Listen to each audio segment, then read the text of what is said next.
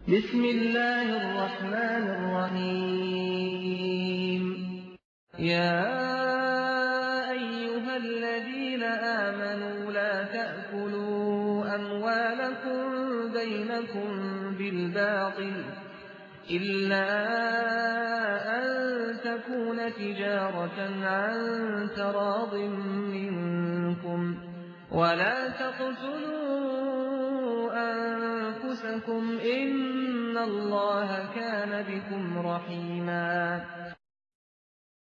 جبرائیل آئے تھے علیہ السلام اور پوچھا تھا اے حبیب قیامت کب قائم ہوگی؟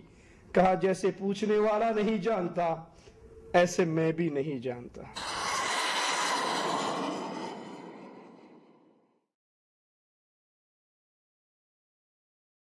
آپ سے لوگ قیامت کے بارے میں سوال کرتے ہیں قل انما علمها عند اللہ، ان کو کہہ دے قیامت کے علم اللہ کے پاس ہے.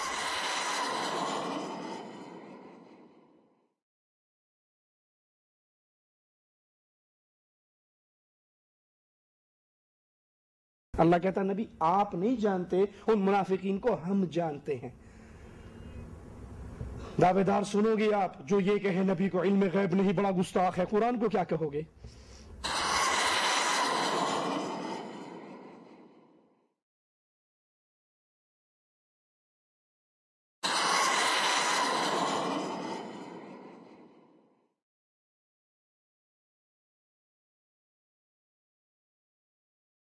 بخاری و مسلم میں ہے رسول اللہ صلی اللہ علیہ وسلم جب آسمانوں پر تشریف لے گئے تو جبرائیل سے بار بار پوچھتے. آپ ایک نہر سے گزرے، وہاں آپ نے ایک آدمی کو دیکھا، پوچھا یہ کون ہے؟ آپ نے بچوں کو دیکھا، پوچھا یہ کون ہے؟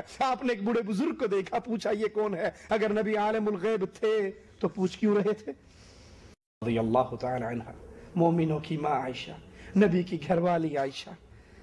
تم میں سے جو آدمی یہ تین باتیں کرے حضرت عائشہ کا اعلان، وہ آدمی جھوٹ بولتا ہے، جھوٹا ہے. پہلی بات کہ اللہ کے رسول صلی اللہ علیہ وسلم نے شب معراج اپنے رب کو دیکھا. دو کمانوں کا فاصلہ، ایک دنا کی کمان تھی وہ جو ادھر سے آ رہا تھا، ایک اس کی کمان تھی، ایک فتد اللہ جو ادھر سے آ رہا تھا بلانے والا، ایک جانے والے کی کمان تھی، ایک بلانے والے کی کمان تھی. جب دونوں ہاتھ دو کمانوں کی مانند مل جائیں تو دو کمانوں کا ملنا مثل معان کا ہو جاتا ہے. اس مقام کے علائق میں سے ہے دو کمانوں کی طرح مل جائیں. جب جلوہ محب اور جلوہ محبوب، جب جلوہ خدا اور جلوہ مصطفیٰ دو کمانوں کی طرح مل گئے تو کعبہ کو سیر ہوا. اور پھر کہا حبیبی ادنو منی، اے میرے حبیب اور قریب ہو، اے میرے حبیب اور قریب ہو، اے میرے حبیب اور قریب ہو. اللہ اور رسول کے درمیان بس کوئی فاصلہ رہا ہی نہیں. اور حضرت عائشہ کیا کہہ رہی ہیں؟ جو یہ کہے، ساتھ ساتھ بٹھانے کی بات تو دور ہے، جو یہ کہے کہ اللہ کے حبیب نے اپنے اللہ کو دیکھا، یہ کہنے والا جھوٹ ہے. یا حبیبی ادنو منی، میرے حبیب قریب آؤ، آپ قریب ہو. یا حبیبی ادنو منی، میرے حبیب اور قریب آؤ. تیسری مرتبہ یا حبیبی، اے میرے حبیب ادنو منی، میرے قریب آؤ. عرش کے اوپر کے پردے جو 70,000 بھی چاک ہو گئے اور اللہ اپنے سامنے 3 مرتبہ قریب کر کے یہ خطاب فرما رہے تو کتنی پرواز ہوگی اس ساری کی بھائی.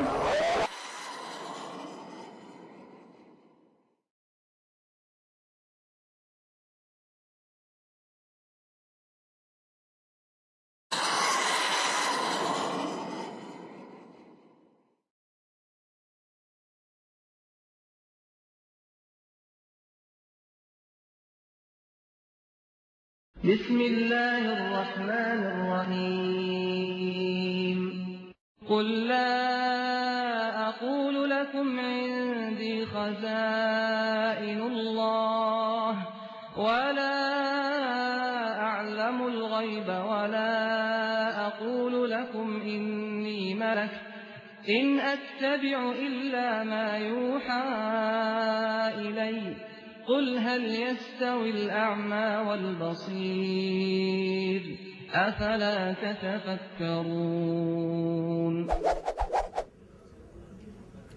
إن الحمد لله نحمده ونصلي على رسوله الكريم.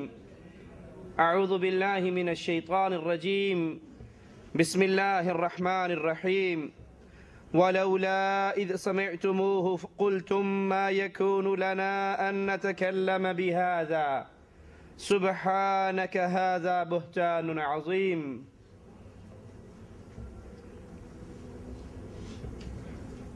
قرآن حکیم کی آیات دو ٹوک واضح طور پر مجھے اور آپ کو یہ پیغام دے رہی ہیں کہ اللہ عز و جل عالم الغیب ہے،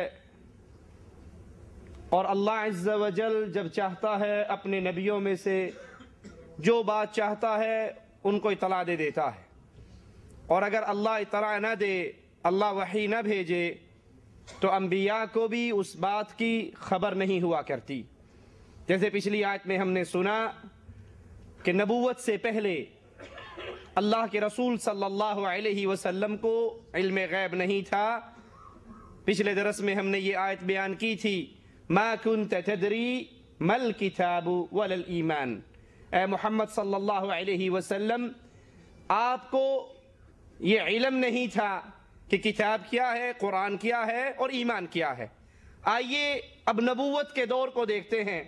کیا نبی بننے کے بعد، نبوت ملنے کے بعد محمد الرسول اللہ صلی اللہ علیہ وسلم کو اللہ عز و جل نے علم غیب عطا کیا؟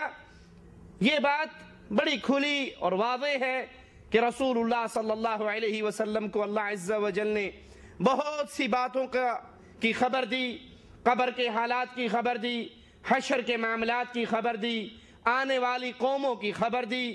اللہ وحی کرتا رہا، نبی علیہ السلام اپنے صحابہ کو بیان کرتے رہے۔ یہ سارے واقعات اللہ نے بتائے تو محمد الرسول اللہ صلی اللہ علیہ وسلم کو اس کی خبر ہوئی۔ مگر قرآن حکیم عالم الغیب ایک لفظ صرف خاص اللہ کے لیے استعمال کرتا ہے اور اللہ کی خاص صفت قرار دیتا ہے، اور رسول اللہ صلی اللہ علیہ وسلم سے قرآن حکیم نے کئی مقامات پر یہ اعلان کروایا، نبی کہہ دیجئے میں عالم الغیب نہیں ہوں۔ اسی طرح نہ قرآن میں یہ دلیل ہے اور نہ حدیث کے اندر یہ دلیل ہے کہ محمد الرسول اللہ صلی اللہ علیہ وسلم عالم الغیب تھے۔ آئیے ہم اب نبوت کے واقعات سنتے ہیں اور دیکھتے ہیں کیا رسول اللہ صلی اللہ علیہ وسلم عالم الغیب ہیں یا نہیں۔ حضرت عائشہ رسول اللہ صلی اللہ علیہ وسلم کی سب سے پیاری بیوی اور سب سے پیاری ہستی ہے۔ سائل کہتا ہے یا رسول اللہ صلی اللہ علیہ وسلم، کائنات میں، مخلوقات میں آپ کو سب سے زیادہ کس سے پیار ہے؟ تو امام الانبیاء علیہ السلام فرماتے ہیں مجھے عائشہ سے پیار ہے رضی اللہ تعالی عنہا، مومنوں کی ماں عائشہ۔ سائل پھر کہتا ہے یا رسول اللہ صلی اللہ علیہ وسلم، مردوں میں کس سے پیار ہے؟ کہا عائشہ کے بابا صدیق اکبر سے پیار ہے۔ اب یہ نبی کی سب سے پیاری، سب سے محترم ہستی ہے، اور اس پر سب کو پتا ہے، سب نے سنا ہے، تہمت، بدکاری کی تہمت لگتی ہے، منافقین اس قصے کو ہوا دیتے ہیں، بے علمی پر کچھ مسلمان بھی شامل ہو جاتے ہیں۔ رسول اللہ صلی اللہ علیہ وسلم کو غم ملتا ہے، دکھ پہنچتا ہے۔ مدینے کی گلیوں کے اندر اس بات کا، اس قصے کا، اس جھوٹی تہمت کا چرچا ہوتا ہے۔ رسول اللہ صلی اللہ علیہ وسلم اپنی بیوی کو اس کے بابا کے گھر بھیج دیتے ہیں، اور خود صحیح بخاری کی حدیث ہے کہ تہمت لگنے کے بعد اللہ کے نبی صلی اللہ علیہ وسلم نے حضرت علی سے اور اسامہ بن زید سے مشورہ کرتے ہیں، کیا میں عائشہ کو رکھوں یا اس کو فارغ کر دوں؟ اور خود رسول اللہ صلی اللہ علیہ وسلم حضرت عائشہ کے گھر پہنچ جاتے ہیں، کہتے ہیں اے عائشہ، اگر تو پاک دامن ہے، یہ تیرے اوپر بولنے والے جھوٹ بول رہے ہیں، تہمت لگا رہے ہیں، تو اللہ تیری پاک دامنی کا ضرور اعلان کرے گا، اور اگر تجھ سے غلطی ہو گئی ہے، تو اس گناہ میں پھنس گئی ہے، تو پھر تو اللہ کے دربار کے اندر معافی کا سوال کر۔ توبہ کر اور اللہ سے معافی مانگ۔ عائشہ رضی اللہ تعالی عنہا اپنے بابا کی طرف دیکھتی ہے، کہتی ہے میرے نبی کو، میرے خامند کو جواب دو۔ وہ کہتے ہیں ہم کیا جواب دیں، یہ ہمارے داماد ہی نہیں ہمارے رسول بھی ہیں۔ پھر اپنی ماما سے کہتی ہے آپ جواب دیں، وہ بھی خاموش رہتی ہیں۔ ابو بکر کہتے ہیں مجھے کون سا آسمان سایہ دے گا اور کون سی زمین مجھے پناہ دے گی اگر میں وہ بات کہوں جس کا مجھے علم نہیں ہے۔ ہمارے ہاں تو للو پھتو کو علم غیب ہے، ہمارے ہاں تعویذ بیچنے والوں کو علم غیب ہے، ہمارے ہاں طوطا رکھ کر بیٹھنے والوں کو علم غیب ہے، جو صبح آ کر جھاڑو مار کے طوطا پنجرے سے نکال کے 4 پڑیاں سامنے سجا کے بیٹھ جاتے ہیں اور سارا دن ان کی قسمت میں روڈ کی خاک اور لاہور کے گھوڑوں کی لید کھانے کے لیے رہ جاتی ہے، جو سوکھ کر اڑ کر ان کے منہ پہ پڑتی اور پیٹ میں جاتی ہے۔ وہ بھی دعوے دار ہوتے ہیں جو چاہو سو پوچھو، وہ تمنا نہیں جو پوری نہ ہو، اس طرح کے دعوے دار۔ اور یہ ابو بکر صدیق انبیاء کے بعد افضل ترین ہستی ہے اور کہتے ہیں میں وہ بات کیسے کہوں جس کا مجھے علم نہیں ہے۔ عائشہ رضی اللہ تعالی عنہا اپنے آقا کی طرف دیکھتی ہے اور کہتی ہے یا رسول اللہ صلی اللہ علیہ وسلم، اگر میں اپنی صفائی بیان کروں کہ مجھ سے یہ غلطی نہیں ہوئی آپ تسلیم نہیں کرو گے، میرے اوپر زبانیں تراز ہو چکی ہیں، اور اگر میں اس گناہ کو قبول کر لوں تو میں ایسے گناہ کو کیوں قبول کروں جو میں نے کیا ہی نہیں ہے۔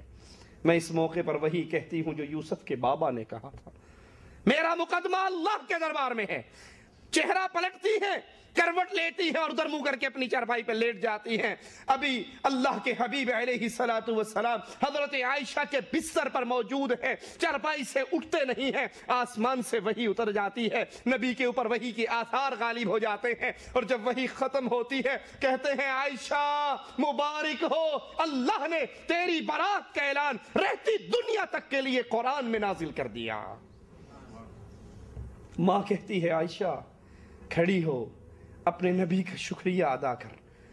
جواب میں کہتی ہے ماں میں ان کا شکریہ ادا نہیں کروں گی جنہوں نے آ کر کہا تھا اگر غلطی ہو گئی ہے تو معافی مانگ لے، میں اس کا شکریہ ادا کروں گی جس نے اپنے عرش سے میری برات کا اعلان کیا۔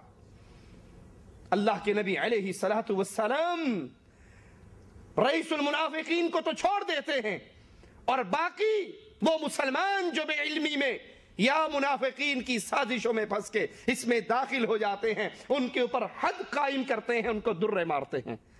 اور قرآن کی آیات سنیے، وَلَوْلَا إِذْ سَمِعْتُمُوهُ قُلْتُمْ مَا يَكُونُ لَنَا أَن نَّتَكَلَّمَ بِهَذَا سُبْحَانَكَ هَذَا بُهْتَانٌ عَظِيمٌ۔ تم کو ایسی بات سنتے ہی یہ کیوں نہیں کہہ دیا کہ ہمیں ایسی بات منہ سے نکالنی بھی لائق نہیں ہے، یا اللہ تو پاک ہے اور یہ بہت بڑا بہتان ہے اور بہت بڑی تہمت ہے۔ اب سوچئے جن کا یہ دعویٰ ہے کہ اللہ کے حبیب علیہ الصلوۃ والسلام عالم الغیب ہیں، آپ کو غیب کی ساری باتوں کا علم ہے، ساری پانچوں کنجیاں آپ کے ہاتھ میں ہیں، آپ کے غلاموں کو علم غیب ہے، آپ کے نوکروں کو علم غیب ہے، آپ کو تو ما کان وما یکون ہر چیز کی خبر تھی۔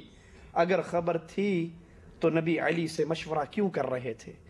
اگر نبی کو خبر تھی کہ میری عائشہ رضی اللہ تعالی عنہا پاک دامن ہے، یہ بولنے والے جھوٹ بول رہے ہیں، تو علی اور اس کے بعد اسامہ بن زید سے نبی نے مشورہ کیوں کیا؟ حضرت عائشہ کو یہ کیوں کہا اگر گناہ میں پھنس چکی ہے تو اللہ سے معافی مانگ لے؟ کوئی غیرت مند بندہ اپنی بیوی کی سچائی کو جاننے کے باوجود یہ برداشت کرے گا؟ یہ جملے زبان سے نکالے گا؟ کیوں کہا تھا اللہ کے نبی صلی اللہ علیہ وسلم نے؟ اور پھر ان ظالموں کی باتیں سن کر منافقین کا پھیلایا ہوا جال آپ کڑتے رہے، تنگ ہوتے رہے، منبر پہ چڑھ کر کہتے رہے لوگ مجھے میرے اہل و عیال کے اندر پریشان کر رہے ہیں۔ اگر علم غیب ہوتا تو فوراً کہہ دیتے یہ جھوٹ بولا، اس نے جھوٹ بولا ہے۔ ارے اس سے پہلے، اس سارے قصے سے پہلے جب حضرت عائشہ رضی اللہ تعالی عنہا اپنی سواری سے اتر کے قضاء حاجت کے لیے گئی تھی اور سواری کے اوپر اونٹ کے اوپر ان کا کچاوا رکھا جا رہا تھا. نبی علم غیب ہوتے تو اپنی بیوی کو چھوڑ کر ہی کیوں جاتے؟ آپ میں سے کوئی اپنی گاڑی میں جا رہے ہو اور محطے پر رکے گاڑی پیٹرول ڈلوانے کے لیے، بیگم صاحبہ بتائے بغیر اتر کر باتھ روم چلی جائے اور آپ کو پتا ہو کہ بیوی اس میں نہیں ہے، گاڑی چلا دو گے؟ اگر نبی کو علم غیب تھا عائشہ کے سواری پہ موجود نہ ہونے کی، اللہ کے نبی کو اطلاع تھی، پھر قافلہ کیسے چلا؟ ارے قافلے کے پیچھے ایک صحابی کی ڈیوٹی لگی ہوئی تھی، قافلے کے پیچھے ایک صحابی کی ڈیوٹی لگی ہوئی تھی کہ قافلے کی گری پڑی ہوئی چیزوں کو اٹھا لانا. اگر نبی عالم الغیب ہوتے اس صحابی کی ڈیوٹی نہ لگتی. جس کی چیز گرتی نبی کو پتہ لگ جاتا، فوراً کہتے بھائی تیری فلاں چیز گر گئی، دوبارہ اٹھا لے، اس کو پیچھے کیوں رہنے دیا، اس کی ڈیوٹی کیوں لگی؟ اللہ کے لیے سوچئے. یہ نبی کے بارے میں یہ کہنا کہ آپ عالم الغیب تھے، ساری باتوں کا آپ کو علم تھا، اور پھر حضرت عائشہ پہ لگنے والی یہ تہمت اور نبی کی خاموشی، ان دونوں کو تولیے، کہیں ہم نبی کی توہین کے مرتکب تو نہیں ہو رہے. بخاری و مسلم میں ہے رسول اللہ صلی اللہ علیہ وسلم حضرت زینب کے گھر تھوڑی دیر کے لیے بیٹھتے، شہد پیتے، اور حضرت عائشہ اور حضرت حفصہ رضی اللہ عنہما ان دونوں نے پلاننگ کی کہ یہ سوکن کے گھر بیٹھتے ہیں، آج جب تیرے پاس آئیں یا میرے پاس آئیں، ہم دونوں میں سے یہی کہیں گی اللہ کے نبی آپ کے منہ میں سے ایک بو آ رہی ہے، خاص قسم کی ایک بو ہے، وہ آ رہی ہے. حفصہ تیرے پاس آئے تو بھی یہ کہنا، میرے پاس آئے تو میں بھی یہ کہوں گا. اللہ کے نبی حضرت عائشہ کے پاس گئے، انہوں نے بھی یہی کہا. حضرت حفصہ کے پاس گئے تو انہوں نے بھی یہی کہا. اللہ کے رسول صلی اللہ علیہ وسلم نے فرمایا کہ میں نے تو صرف شہد پیا ہے زینب کے گھر میں، اور اللہ کے نبی صلی اللہ علیہ وسلم کو بو سے شدید نفرت تھی. سب سے زیادہ خوشبوؤں والے محمد الرسول اللہ. ارے ان کی خوشبوؤں کا کیا کہنا، ان کے ماتھے پر پسینہ آ جاتا، ام ایمن اس پسینے کو لکڑی کی ڈبیا میں بند کر لیتی اور کہتی ہم عید کے موقع پہ اس پسینے کو خوشبو کے طور پہ استعمال کرتے. اللہ کی قسم محمد کے پسینے میں اللہ نے وہ خوشبو رکھی تھی جو کائنات کی کسی خوشبو میں وہ نہیں ہے. نبی کو بو سے نفرت تھی. کہا میں نے تو زینب کے گھر میں صرف شہد پیا تھا، آج کے بعد نہیں پیوں گا، قسم کھا لی. قرآن سنیے، مالک کا پیغام آ گیا، یا ایوہ النبی لما تحرم ما احل اللہ لک تبتغی مرضات ازواجک. اے نبی جس کو رب نے حلال کیا ہے تو حرام کرنے والا کون ہے؟ بیویوں کی رضامندی چاہتا ہے. قرآن سنیے، قرآن.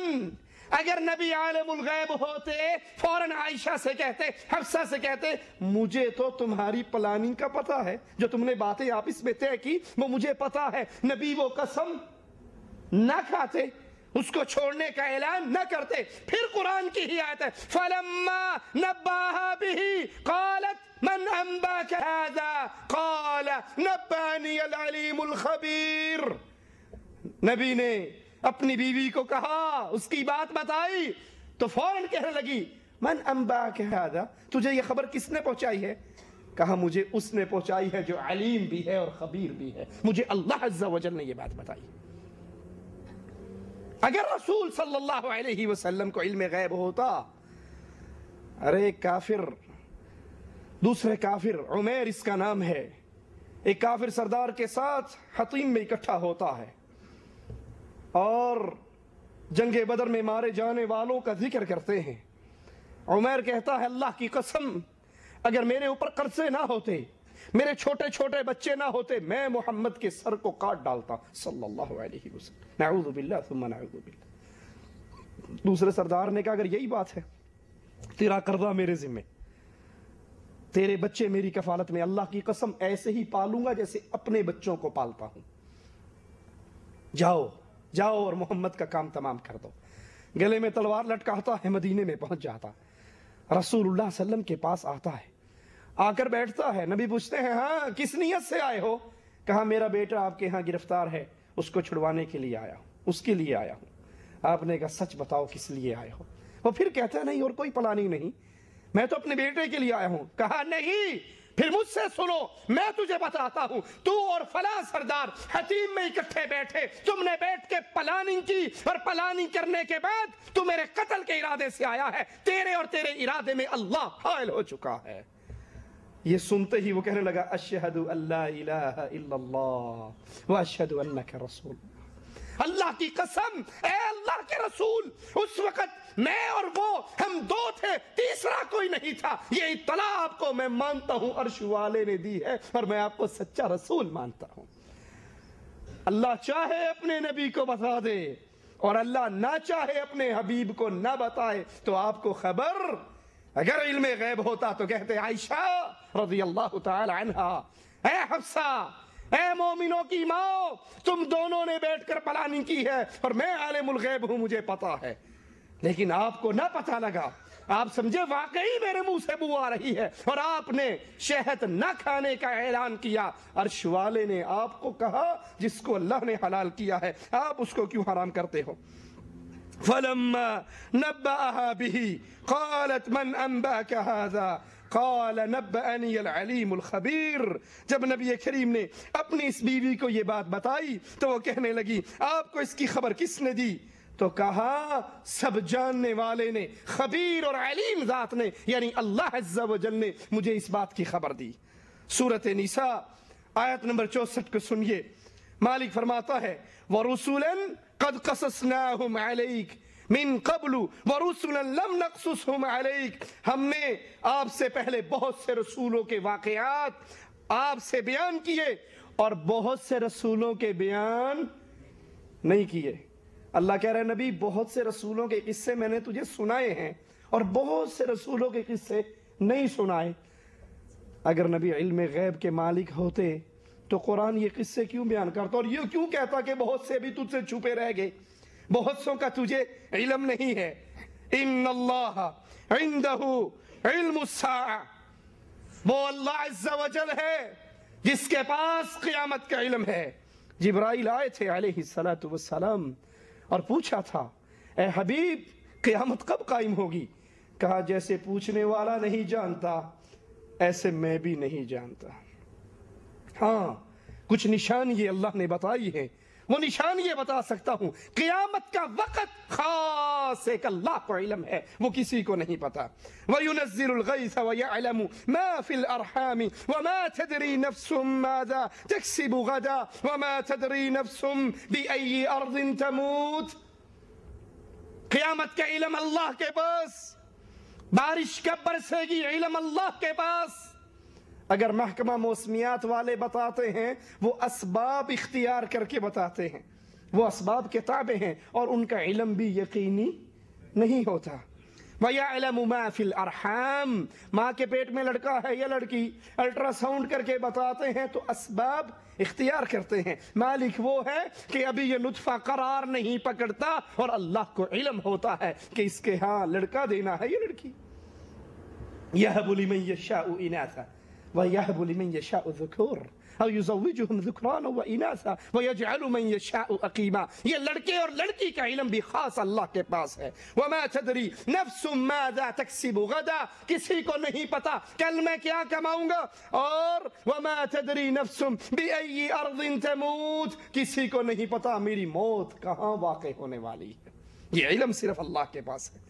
رسول اللہ صلی اللہ علیہ وسلم کو قیامت کے علم نہ تھا۔ قرآن حکیم کی ایک اور آیت پہ غور کیجئے، سورۃ احزاب ہے، آیت نمبر 63 ہے، یسألک الناس عن الساعہ، آپ سے لوگ قیامت کے بارے میں سوال کرتے ہیں، قل انما علمها عند اللہ، ان کو کہہ دے قیامت کا علم اللہ کے پاس ہے۔ اگر نبی عالم الغیب ہوتے قرآن کی یہ آیت یوں آپ کے اوپر نازل نہ ہوتی۔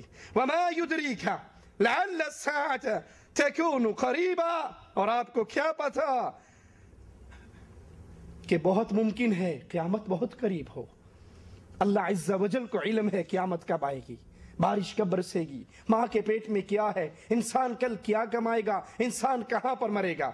رسول اللہ صلی اللہ علیہ وسلم قریش کے سرداروں کے ساتھ بیٹھے ہوئے انہیں دین کی دعوت دے رہے، دین اسلام کی باتیں سمجھا رہے، اور ایک نابینا صحابی اللہ کے رسول صلی اللہ علیہ وسلم کے پاس آئے۔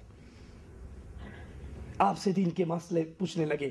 آپ کے دل پہ تھوڑی سی ناگواری گزری کہ میں بڑے بڑے سرداروں کو سمجھا رہا ہوں, اگر یہ ایک سردار بھی ٹھیک ہو گیا اس کے پیچھے پتہ نہیں کتنے لوگ ٹھیک ہو جائیں گے. نبی کی ناگواری کا مقصد بھی دین کی دعوت ہی تھا, کوئی ذاتی مسئلہ تو نہیں تھا. آپ کو تھوڑی سی ناگواری محسوس ہوئی کہ یہ تو اپنا بندہ ہے نا, بعد میں آگے پوچھ لیتا, اب تو یہ نئے لوگ ہیں, اللہ ان کے دل میں ہدایت ڈال دے, میں سارا زور ان پہ لگا رہا ہوں. تو آئیے قرآن حکیم سے پوچھتے ہیں کیا ہوا. عبس وتولا, اس نے تر شروع ہو کر منہ موڑ لیا. ان جاءہ الاعمى, اس بات پر کہ اس کے پاس ایک نبی نہ آیا. وما یدریک لعلہ یزکا, تجھے کیا خبر شاید وہ سمجھ جاتا, وہ ہدایت پانے میں ان قریشیوں سے زیادہ ہوتا. اگر اللہ کے رسول صلی اللہ علیہ وسلم کو علم غیب ہوتا کہ میں اس سے اگر تھوڑا سا چہرہ رخ بدلوں گا تو فوراً آسمان سے قرآن اتر آئے گا, تو آپ یہ سلوک کرتے؟ یہ قرآن کی آیات کھلی ہوئی دلیلیں ہیں لوگوں. ایک طرف مولویوں کی باتیں ہیں, پیروں اور فقیروں کی باتیں ہیں, بابوں اور بزرگوں کی باتیں ہیں, ایک طرف عرش والے کا قرآن ہے. فیصلہ آپ خود کر لیجئے, آپ نے دل کو قرآن کی بات کے ساتھ منور کرنا ہے یا پیروں کے کلام سے اپنے دل کو سیاہ کرنا ہے. قرآن حکیم کی ایک اور آیت پہ غور کیجئے, سورۃ توبہ ہے, آیت نمبر 101 ہے. وَمِمَّنْ حَوْلَكُمْ مِنَ الْأَعْرَابِ مُنَافِقُونَ وَمِنْ أَهْلِ الْمَدِينَةِ مَرَدُوا عَلَى النِّفَاقِ لَا تَعْلَمُهُمْ نَحْنُ نَعْلَمُهُمْ. قرآن حکیم, اللہ کی قسم یہ قرآن روشنی ہے, یہ قرآن نور ہے. پیٹ کے پجاری مولویوں کو تکلیف اسی وقت ہوتی ہے جب عوام قرآن سے جڑ جاتے ہیں, کیونکہ جو انسان قرآن سے جڑتا جائے گا اس کی ہدایت کے راستے واضح ہوتے جائیں گے, مولویوں کے کھانے کے دھندے کم ہوتے جائیں گے. اس لیے ان کی پہلی کوشش یہ ہوتی ہے, آپ قرآن نہیں سمجھ سکتے, قرآن سمجھنے کے لیے 15 علوم کی ضرورت ہے.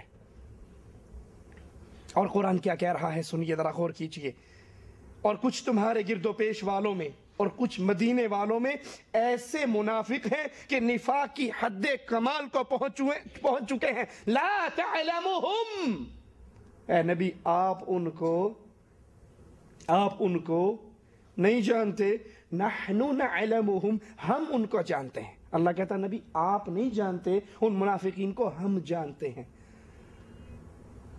دعوے دار سنو گے آپ جو یہ کہے نبی کو علم غیب نہیں, بڑا گستاخ ہے, قرآن کو کیا کہو گے؟ جو کہتے ہیں واجب القتل ہے اگر کوئی یہ کہہ دے نبی کو علم غیب نہ تھا, قرآن کی آیات کا کیا ترجمہ کرو گے؟ یہ قرآن دو ٹوک الفاظ میں کہہ رہا ہے, لا تعلمهم, اے محمد صلی اللہ علیہ وسلم آپ ان کو نہیں جانتے. نحن نعلمهم, ہم ان کو جانتے ہیں. بخاری و مسلم میں ہے, رسول اللہ صلی اللہ علیہ وسلم کے پاس ایک وفد آیا کسی قوم کا.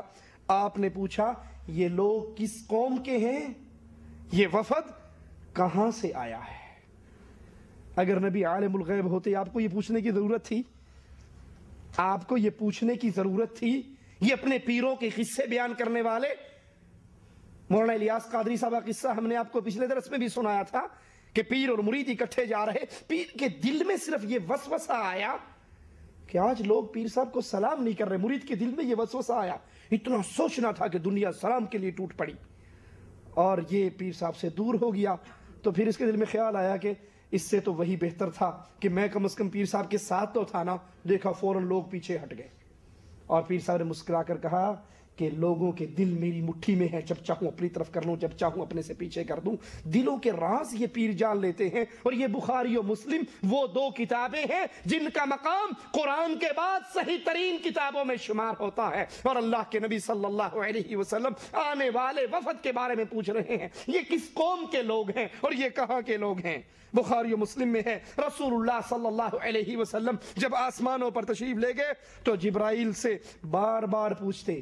آپ ایک نہر سے گزرے, وہاں اپنے ایک آدمی کو دیکھا, پوچھا یہ کون ہے. آپ نے بچوں کو دیکھا, پوچھا یہ کون ہے. آپ نے ایک بوڑھے بزرگ کو دیکھا, پوچھا یہ کون ہے. اگر نبی عالم الغیب تھے تو پوچھ کیوں رہے تھے؟ اگر نبی عالم الغیب تھے تو پوچھ کیوں نہیں تھے؟ بخاری مسلم میں ہے, رسول اللہ صلی اللہ علیہ وسلم نے فرمایا میں نے خواب میں دیکھا ایک آدمی بیت اللہ کا طواف کر رہا. میں نے پوچھا یہ کون بزرگ ہیں؟ فرشتوں نے کہا یہ عیسیٰ ابن مریم ہیں. فرشتے بھی وہ ابھی تھے میرا خیال ہے، انہوں نے کیوں جواب دیا کہ عیسیٰ ابن مریم؟ ان کو کہنا چاہیے تھا اللہ کے نبی آپ کو تو علم غیب ہے، آپ ہم سے پوچھ رہے ہیں۔ آپ نے کہا میں نے ایک اور آدمی کو بیت اللہ کا طواف کرتے ہوئے دیکھا، میں نے پوچھا یہ کون ہے؟ مجھے جواب دیا گیا یہ دجال ہے۔ حضرت عائشہ فرماتی ہیں، بخاری و مسلم کی حدیث ہے، جو شخص تم میں سے یہ 3 باتیں کہے وہ جھوٹا انسان ہے۔ حضرت عائشہ رضی اللہ تعالی عنہ، مومنوں کی ماں عائشہ، نبی کی گھر والی عائشہ، تم میں سے جو آدمی یہ 3 باتیں کرے، حضرت عائشہ کا اعلان، وہ آدمی جھوٹ بولتا ہے، جھوٹا ہے۔ پہلی بات کہ اللہ کے رسول صلی اللہ علیہ وسلم نے شب معراج اپنے رب کو دیکھا۔ جس نے یہ کہا کہ اللہ کے رسول نے شب معراج اپنے رب کو دیکھا تھا، یہ کہنے والا جھوٹ بولتا ہے۔ ہمارے ہاں معراج کے قصے سنانے والے کتنے مزے لے لے کر سناتے ہیں۔ ثم دنا فتدلى فكان قاب قوسين او ادنى، اور قریب ہوئے اور قریب ہوئے اور قریب ہوئے، اتنے قریب ہوئے جتنی 2 کمانوں کا فاصلہ رہ جاتا ہے۔ 2 کمانوں کا فاصلہ، ایک دنا کی کمان تھی وہ جو ادھر سے آ رہا تھا، ایک اس کی کمان تھی، ایک فتد اللہ جو ادھر سے آ رہا تھا بلانے والا، ایک جانے والے کی کمان تھی، ایک بلانے والے کی کمان تھی۔ جب دونوں ہاتھ 2 کمانوں کی مانند مل جائیں تو 2 کمانوں کا ملنا مثل معان کا ہو جاتا ہے۔ اس مقام کے علائق میں سے ہے، 2 کمانوں کی طرح مل جائیں۔ جب جلوہ محب اور جلوہ محبوب، جب جلوہ خدا اور جلوہ مصطفیٰ 2 کمانوں کی طرح مل گئے تو کعبہ کو سیر ہوا۔ مولانا طارق جمیل کہتے ہیں کہ یہاں اللہ نے اپنے حبیب کو اپنے سامنے بٹھایا، نور کے 70,000 پردوں کو ہٹا دیا اور پھر کہا حبیبی ادنو منی، اے میرے حبیب اور قریب ہو، اے میرے حبیب اور قریب ہو، اے میرے حبیب اور قریب ہو۔ اللہ اور رسول کے درمیان بس کوئی فاصلہ رہا ہی نہیں۔ اور جب سامنے کھڑا یا حبیبی ادنو منی، میرے حبیب قریب آؤ، آپ قریب ہے، یا حبیبی ادنو منی، میرے حبیب اور قریب آؤ۔ پھر تیسری مرتبہ یا حبیبی، اے میرے حبیب ادنو منی، میرے قریب آؤ۔ عرش کے اوپر کے پردے جو 70,000 بھی چاک ہو گئے اور اللہ اپنے سامنے 3 مرتبہ قریب کر کے یہ خطاب فرما رہے، تو کتنی پرواز ہوگی اس نبی کی بھائی۔ اور حضرت عائشہ کیا کہہ رہی ہیں؟ جو یہ کہے، ساتھ ساتھ بٹھانے کی بات تو دور ہے، جو یہ کہے کہ اللہ کے حبیب نے اپنے اللہ کو دیکھا، یہ کہنے والا جھوٹا انسان ہے۔ اور جو یہ کہے کہ اللہ کے رسول آنے والے کل کی کوئی بات جانتے تھے، آنے والے کل کی کوئی بات، غیب کی بات، جو یہ دعویٰ کرے رسول اللہ صلی اللہ علیہ وسلم کو ما کان وما یکون کا علم تھا، جو آنے والے کل کی باتیں جانتے تھے، جو یہ دعویٰ کرے، مومنوں کی ماں عائشہ رضی اللہ تعالی عنہ فرماتی ہیں یہ کہنے والا جھوٹ بولتا ہے۔ اور جو یہ کہے کہ نبی کریم صلی اللہ علیہ وسلم نے دین کی تبلیغ کرتے ہوئے کچھ باتوں کو چھپا لیا، کچھ باتوں کو چھپا لیا، مولا علی کی ولایت نہیں بتائی، چھپا لیا، جو یہ کہتا ہے وہ بھی رسول اللہ صلی اللہ علیہ وسلم پر جھوٹ بولتا ہے۔ بخاری و مسلم میں ہے، فتح مکہ کے موقع پر رسول اللہ صلی اللہ علیہ وسلم کی خدمت میں ام ہانی تشریف لائیں۔ اللہ کے رسول علیہ الصلوۃ والسلام غسل فرما رہے، حضرت فاطمہ نے چادر پکڑی ہوئی، پردہ کیا ہوا، اللہ کے نبی صلی اللہ علیہ وسلم غسل فرما رہے، حضرت ام ہانی داخل ہوئی، آپ نے سلام کہا تو رسول اللہ صلی اللہ علیہ وسلم نے پوچھا یہ کون ہے؟ ام ہانی کہنے لگی، میں نے کہا یا رسول اللہ صلی اللہ علیہ وسلم میں ام ہانی ہوں۔ عالم الغیب کو یہ پوچھنے کی ضرورت نہیں ہوتی کہ یہ کون ہے، جس کو پتا ہو وہ کیوں پوچھا کرتا ہے یہ کون ہے؟ نبی کے پوچھنے پر ام ہانی نے کہا اے اللہ کے نبی صلی اللہ علیہ وسلم میں ام ہانی ہوں۔ بخاری و مسلم میں ہے، ایک سفر میں حضرت عائشہ رضی اللہ تعالی عنہ کا ہار گم گیا، رسول علیہ الصلوۃ والسلام اور لوگ ٹھہر گئے۔ حضرت عائشہ کے والد ابو بکر صدیق رضی اللہ عنہما بڑے شدید ناراض ہوئے، حضرت عائشہ پر خفا ہوئے، اور جب اس اونٹ کو اٹھایا گیا جس پہ حضرت عائشہ سوار تھیں، اسی اونٹ کے نیچے ہار پڑا تھا۔ ڈھونڈنے والے رسول اللہ صلی اللہ علیہ وسلم، آپ کے صحابہ، ابو بکر صدیق رضی اللہ عنہ وارضا، حضرت عائشہ پہ ناراض ہو رہے کہ تو نے ہار کو سنبھال کر کیوں نہیں رکھا، تیرے گم کرنے کی وجہ سے قافلے کو تاخیر ہو رہی ہے۔ لیکن وہی اونٹ جس پہ عائشہ بیٹھی تھی، ارے تمہارے دنیا کے سارے پیر، سارے فقیر، سارے ملا، سارے درویش، صوفی اور حضرت اکٹھے کر لو، ساری کائنات پیروں سے بھر جائے، سارے پیر مل کے عائشہ کے قدموں سے اڑنے والی ایک خاک کے برابر نہیں ہو سکتے۔ اور عائشہ کی اپنی سواری کے نیچے ہار۔ تم تو کہتے پیر جیلانی کو ساری خبریں ہیں۔ پیر جیلانی بیٹھے بیٹھے ایک زمین کو گھورنے لگے، پوچھا حضرت کیا ہوا؟ کہا کیا ہوا؟ قریب ہی ایک سمندر میں ایک جہاز غرق ہو رہا تھا، مجھے پتا لگا، میں نے توجہ باطنی سے اس جہاز کو پار لگا دیا۔ تمہارے پیروں کو سینکڑوں اور ہزاروں میل دور ڈوبتی ہوئی کشتی کا علم ہو جاتا ہے۔ یہ مومنوں کی ماں عائشہ ہے رضی اللہ تعالی عنہا، یہ ابو بکر صدیق ہیں، اور ابو بکر صدیق کو نہیں پتا، عائشہ کو نہیں پتا، محمد کریم صلی اللہ علیہ وسلم کو نہیں پتا، جس سواری پہ عائشہ بیٹھی ہے اسی کے نیچے تو اس کا ہار پڑا ہے۔ بخاری و مسلم میں ہے کہ رسول اللہ صلی اللہ علیہ وسلم کا مرض جس میں آپ کی موت واقع ہوئی، جب یہ بڑھ گیا آپ بے ہوش ہوتے، جب ہوش آتا تو ایک ہی سوال کرتے، اصلی الناس، کیا لوگوں نے نماز پڑھ لی؟ عالم الغیب یہ سوال کیا کرتا۔ جس کو علم غیب ہو وہ کیوں پوچھتا؟ لوگ جواب دیتے کہ اے نبی ابھی آپ کا انتظار ہو رہا ہے، لوگوں نے نماز نہیں پڑھی۔ آپ پھر بے ہوش ہو جاتے، ہوش آتی پھر سوال کرتے، اور 3 دفعہ رسول اللہ صلی اللہ علیہ وسلم نے یہ سوال کیا۔ ہوش آئی، پوچھا لوگوں نے نماز پڑھ لی، پھر اٹھنے لگے، بے ہوش ہو گئے، پھر ہوش آئی، پھر یہی سوال، پھر ہوش آئی، پھر یہی سوال، 3 دفعہ یہ سوال کیا، صلی الناس، کیا لوگوں نے نماز پڑھ لی؟ اور ہر بار جواب ملتا رہا، نہیں اللہ کے نبی، لوگ آپ کا انتظار کر رہے ہیں۔ جو عالم الغیب ہوتا ہے وہ پوچھتا، اس کو تو پہلے سے پتا ہوتا ہے۔ بخاری و مسلم میں ہے رسول اللہ صلی اللہ علیہ وسلم نے قرآن کے 70 صحابہ، قراء، علماء، قرآن کے عالم 70 صحابہ کو مشرکین کی طرف روانہ کیا دعوت دینے کے لیے۔ ان مشرکوں نے میرے نبی کے صحابہ کو شہید کر دیا، نبی کو بڑا غم ہوا، اور ایک روایت میں ہے اللہ کے نبی کئی دن تک ان کے لیے بد دعائیں کرتے رہے۔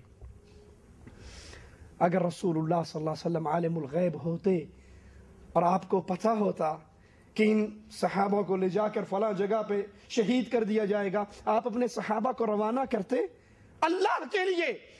یہ باتیں جو میں آپ کو سنا رہا ہوں، یہ قرآن اور حدیث، یہ اللہ کے رسول کی زندگی کے واقعات، یہ بخاری و مسلم مشہور و معروف کتابیں جس پر پوری امت اکٹھی ہے کہ قرآن کے بعد صحیح ترین کتاب صحیح بخاری ہے اور اس کے بعد صحیح مسلم ہے۔ یہ جو احادیث میں آپ کے سامنے پڑھ رہا ہوں یہ وہ ہے جو امام بخاری نے بھی نقل کی ہے اور امام مسلم نے بھی نقل کی ہے، دونوں امام ان حدیثوں کی صحت پر متفق ہیں۔ بخاری و مسلم میں ہے رسول اللہ صلی اللہ علیہ وسلم سو گئے رات کو، ابو بکر بھی سو گئے، حضرت عمر بھی سو گئے، اور فجر کا وقت گزر گیا، صحابہ کا لشکر سوتا رہا، یہاں تک کہ سورج نکل آیا، اور سورج کے نکلنے پر اللہ کے نبی صلی اللہ علیہ وسلم نے پھر نماز ادا کی، جس کا پوری تفصیل سے قصہ ایک دوسری روایت میں ہے۔ اللہ کے نبی صلی اللہ علیہ وسلم نے حضرت بلال کو کہا، رات کو کہا کون ہے جو پہرا دے اور ہمیں صبح نماز کے لیے اٹھائے، سفر سے لشکر آ رہا۔ حضرت بلال نے وہ ذمہ داری خود لے لی۔ جب صبح ہوئی تو حضرت بلال رضی اللہ عنہ وارضا سوئے رہے، اللہ کے نبی بھی سوئے رہے، لشکر سارا سویا رہا۔ سب سے پہلے رسول اللہ صلی اللہ علیہ وسلم اٹھے، اور حدیث کے لفظ ہیں کہ سورج پوری طرح نکل آیا، اس کی کرنیں آپ کے چہرے پر پڑی اور آپ اٹھے۔ بلال کو بلایا گیا رضی اللہ عنہ وارضا، کہا ہمیں فجر پہ کیوں نہیں اٹھایا؟ کہا آقا جو آپ پر غالب آ گئی وہ مجھ پہ بھی غالب آ گئی، آپ بھی سو گئے اور میں بھی سو گئی۔ اگر نبی عالم الغیب ہوتے آپ کو پہلے ہی پتا ہوتا کہ اگر بلال کی ڈیوٹی لگاؤں گا یہ بھی سو جائے گا، معقول ہے یا نہیں؟ کہا آقا جو چیز آپ پہ غالب آئی وہ مجھ پہ غالب آئی، آپ بھی سوتے رہے میں بھی سوتا رہا۔ حدیث کا واقعہ یہ ہے، اور یار لوگوں نے کیا کہانی گھڑی، قوالی سنی ہے انڈیا پاکستان والوں یا نہیں؟ جب تک بلال نے سحر کی اذان نہ دی، جب تک بلال نے فجر کی اذان نہ دی، قدرت خدا کی دیکھو، مطلق سحر نہ ہوئی۔ لوگ سو رہے ہیں، سو سو کے تھک گئے، نیندیں پوری ہو گئی، اٹھ رہے ہیں اندھیرا ہے، پھر اٹھتے ہیں پھر اندھیرا ہے، پھر سو جاتے ہیں پھر اٹھتے ہیں اندھیرا ہے، کہ آج صبح نہیں ہو رہی، آج سورج نہیں نکل رہا۔ اچانک یاد ہے بلال سو رہا ہے، اس کو اٹھاؤ تاکہ یہ اذان دے، اور سورج صاحب بیچارے انتظار میں کھڑے ہیں، بلال کی اذان ہوگی تو باہر نکلوں گا۔ لا حول ولا قوت الا باللہ۔ اور حدیث اعلان کر رہی ہے سورج نکل آیا، اس کی روشنی امام اعظم محمد کریم صلی اللہ علیہ وسلم کے مبارک چہرے پر پڑھی، اور سب سے پہلے آپ بیدار ہوئے اور اس بستی، اس وادی کو چھوڑا، اگلی وادی میں جا کر نماز ادا کی۔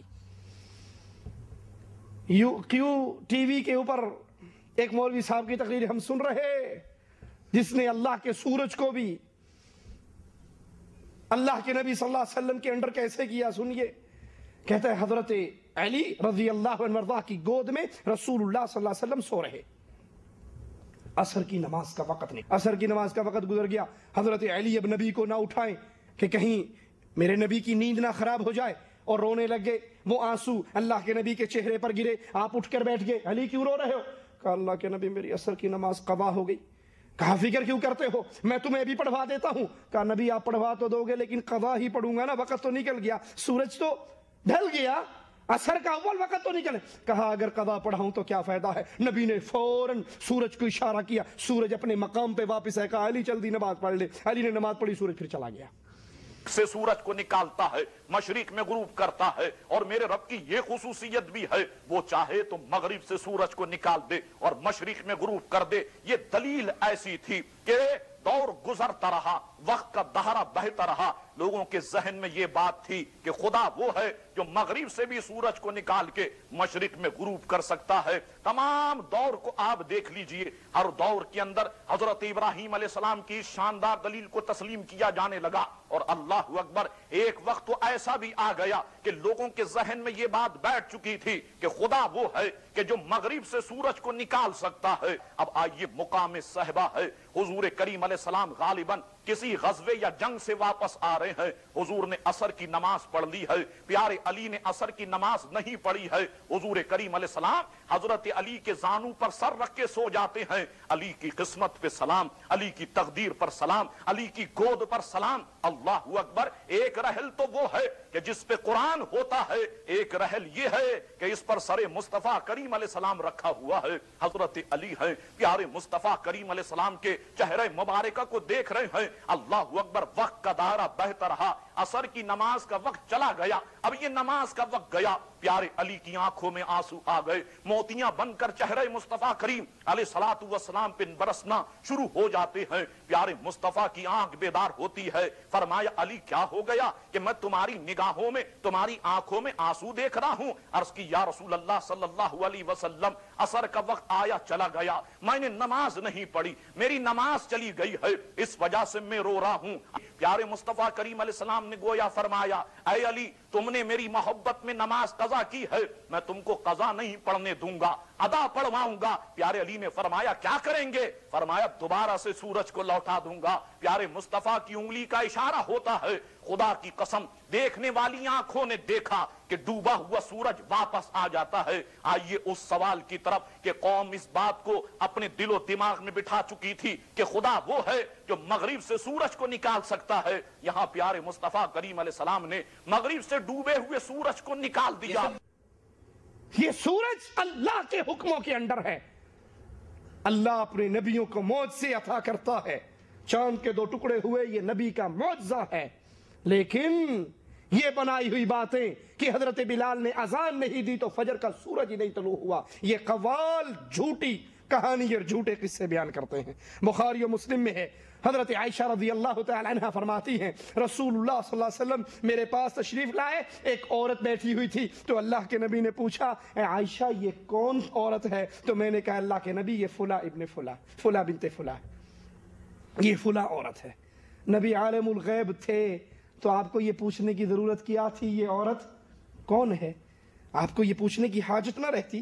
بخاری و مسلم میں ہے، حضرت عائشہ فرماتی ہیں جب رسول اللہ صلی اللہ علیہ وسلم بادل کا کوئی ایسا ٹکڑا دیکھتے جس سے بارش کی امید ہوتی تو اللہ کے نبی صلی اللہ علیہ وسلم کا چہرے کا رنگ بدل جاتا اور فرماتے میں نہیں جانتا، ممکن ہے یہ بادل ویسا ہی ہو جیسا قوم عاد کے اوپر آیا تھا، اور قوم عاد اس کو دیکھ کر ہنستی ہوئی باہر آ گئی تھی کہ یہ بارش برسانے والا بادل ہے، اور اس بادل کے اندر اس قوم کے لیے عذاب تھا۔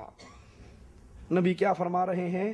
میں نہیں جانتا، ممکن ہے یہ بادل بھی ویسا ہی ہو جیسا قوم عاد پر آیا تھا۔ نبی کہتے ہیں میں نہیں جانتا۔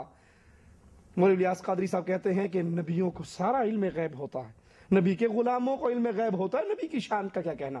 اور حدیث میں اللہ کے رسول صلی اللہ علیہ وسلم کیا فرما رہے ہیں؟ میں اس حدیثیں سن کر بھی کئی لوگ کہیں گے نبی اتوں تو کہندے سر میں نہیں جانتا، وچوں سارا کچھ جان دے سے، اوپر سے کہتے تھے میں نہیں جانتا۔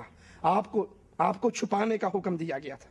بخاری و مسلم میں ہے رسول اللہ صلی اللہ علیہ وسلم کے دور میں سورج گرہن ہوا، آپ بہت گھبرا کر اٹھے اس ڈر سے کہ کہیں قیامت تو قائم نہیں ہو گئی۔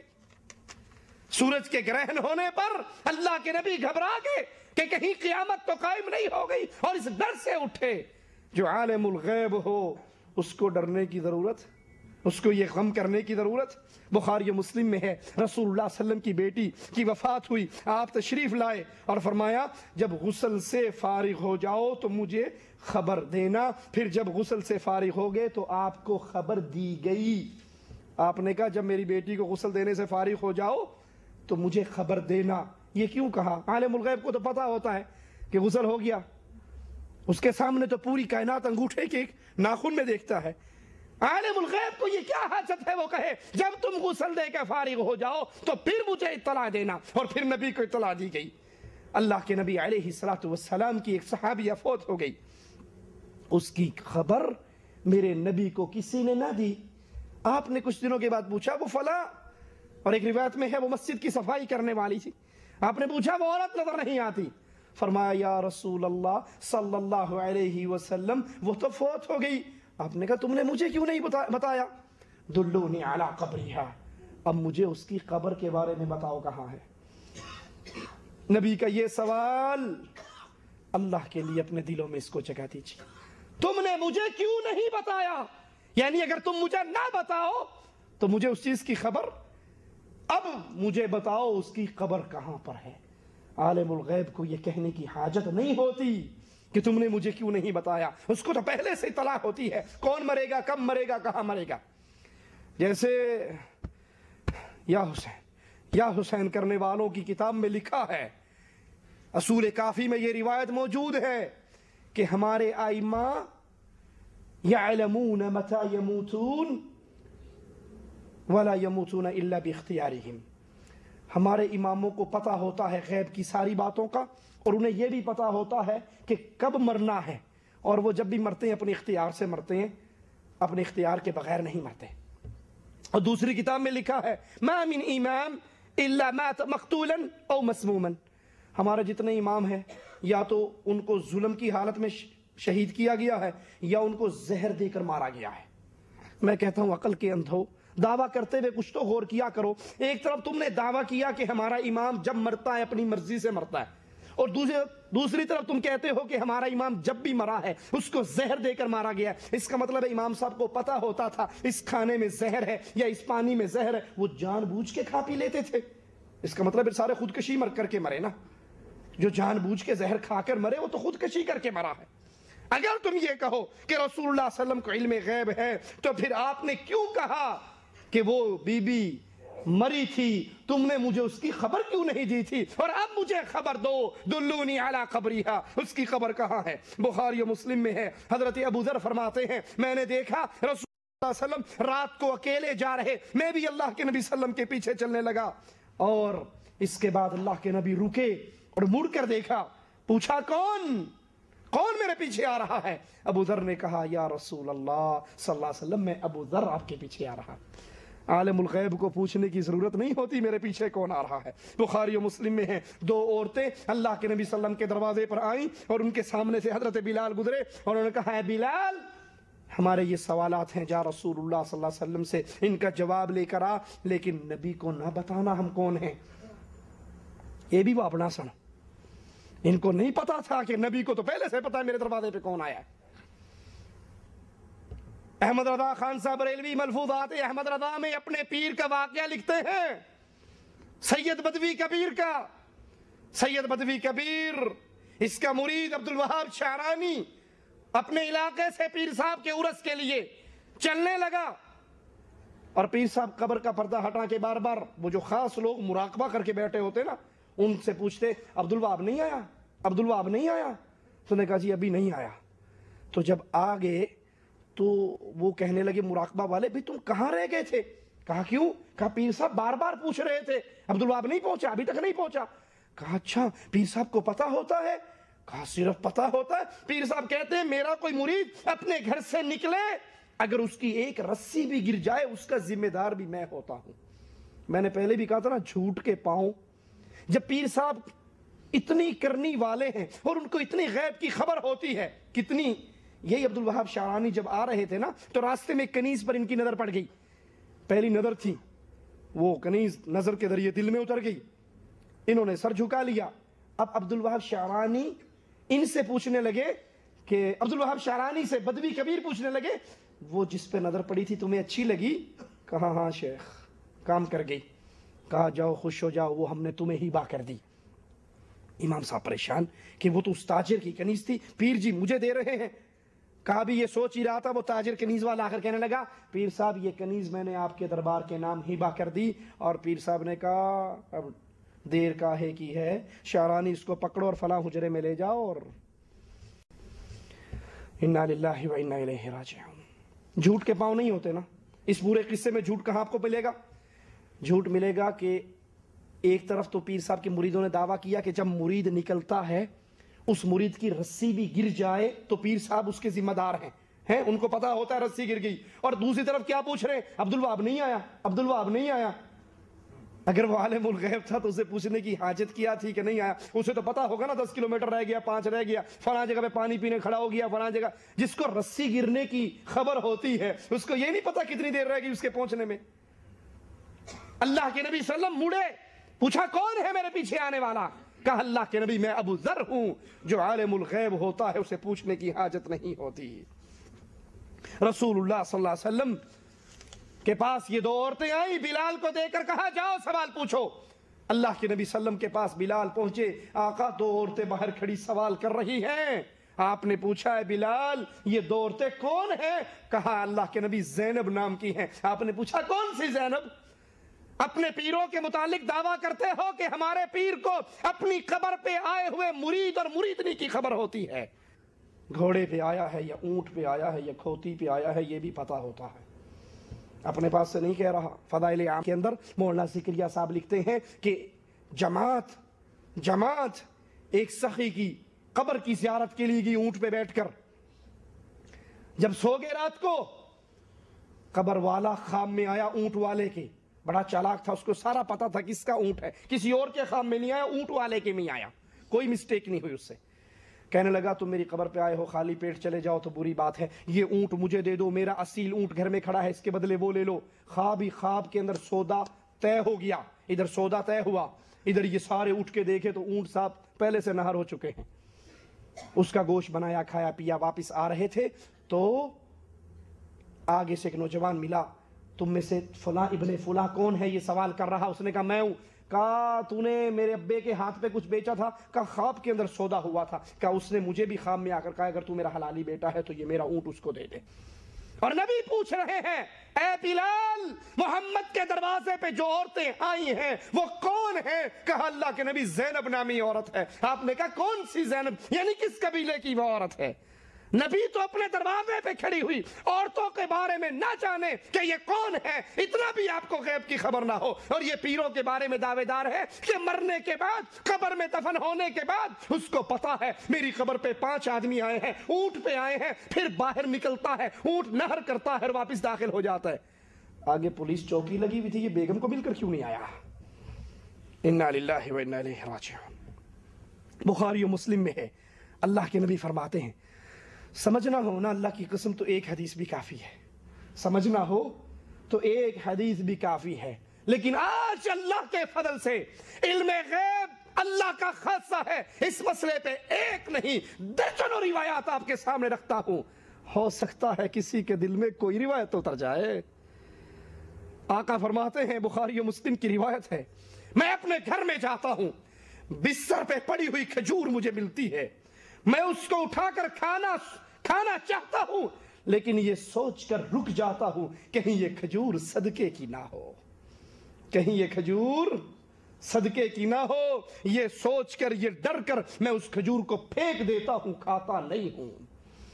یہاں تو پیروں کو علم غیب ہے، پیروں کو پتا ہے، مریدوں کو پتا ہے، بابوں کو پتا ہے، بزرگوں کو پتا ہے، سارے غیب دان ہیں، اور ادھر رسول اللہ ہے صلی اللہ علیہ وسلم کہتے ہیں کھجور کو اٹھاتا ہوں، کھانا چاہتا ہوں، لیکن یہ ڈر جاتا ہوں کہیں یہ صدقے کی کھجور نہ ہو، میں اس کھجور کو پھینک دیتا ہوں، استعمال نہیں کرتا۔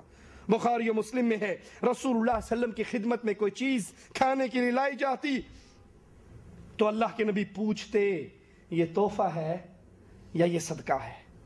نبی کیا کرتے؟ نبی پوچھتے یہ تحفہ ہے یا صدقہ ہے؟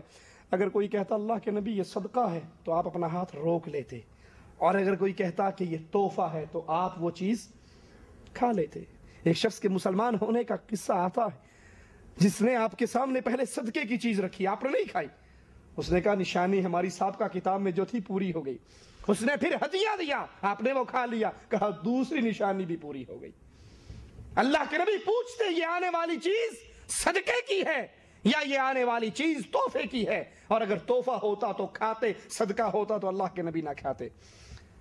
جس کو عالم الغیب کہا جائے وہ ایک کھجور اٹھا کر نہیں پوچھا کرتا، نہیں ڈرا کرتا یہ صدقے کی ہے یا نہیں، وہ سوال نہیں کیا کرتا یہ تحفہ ہے یا صدقہ ہے۔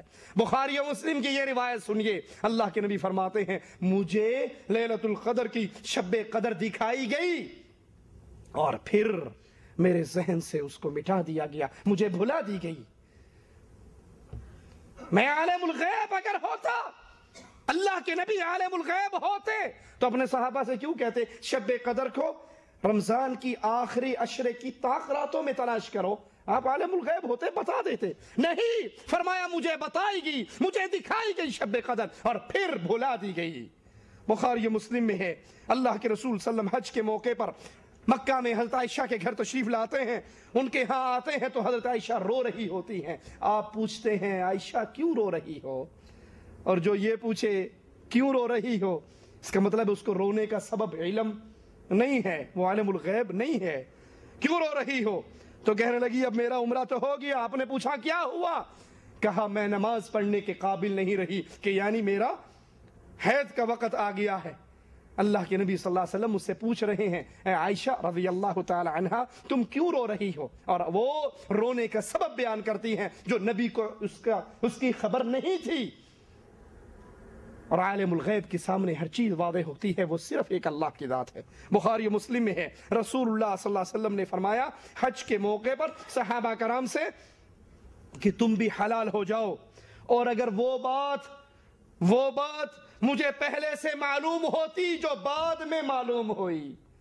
بخاری و مسلم کی روایت، جاؤ سناؤ پیروں اور فقیروں، باپوں اور بزرگوں کو، حضرت اور کرنی بھرنی دھرنی کے دعوے داروں کو جو ہر کسی کو عالم الغیب بنائے پھرتے ہیں۔ یہ بخاری و مسلم کی حدیث ہے۔ اللہ کے نبی حج کے موقع پر اعلان کر رہے ہیں اے میرے صحابہ تم قربانی کرو حلال ہو، تم بال کٹواؤ حلال ہو جاؤ، عمرے کے احرام کو بدل دو، ختم کر دو عمرہ، اور پھر نئے سرے سے حج کی نیت کر کے 8 تاریخ کو حج کا احرام باندھنا۔ جو قربانی ساتھ نہیں لے کر آئے، قران کا حج کرنے کے لیے آئے لیکن میقات سے قربانی نہیں لے کر آئے، وہ اپنا عمرہ پورا کرے، بال کٹوا دیں اور اپنے حج کو تمتع کے اندر تبدیل کر دیں۔ کہا وہ بات مجھے پہلے سے معلوم ہوتی جو بعد میں معلوم ہوئی تو میں قربانی کا جانور ساتھ نہ لاتا۔